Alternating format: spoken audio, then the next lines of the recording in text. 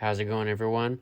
I got a little bit of a quick tip for those that are using an iPhone 12 or an iPhone 13 series of iPhones that have 5G capability. There is actually the ability to switch essentially, or toggle rather, the cellular mode that you want to be in at that current moment. So if we go and jump over in here to settings, and then jump into cellular, and under the cellular data options, we'll see this option or section here called voice and data.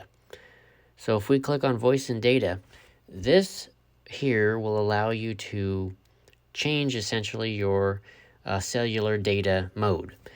So you can either have it only on 4G LTE, which is what I have it currently set, so I can save battery life.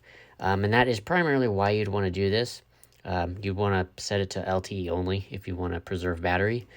But then we have 5G auto and 5G on. So basically, 5G auto, if we turn that mode on, essentially what's going to happen is the phone is going to intelligently switch between 4G LTE and 5G automatically, depending on the best circumstances. So if it's better to use LTE to save battery, then it'll automatically switch to LTE, 4G. Or if it notices that you need that boost of internet speed, it might automatically switch you over to 5G to allow you to download, say, a movie or something like that really, really quickly. And then it might switch back to 4G LTE after the download is done to preserve battery life.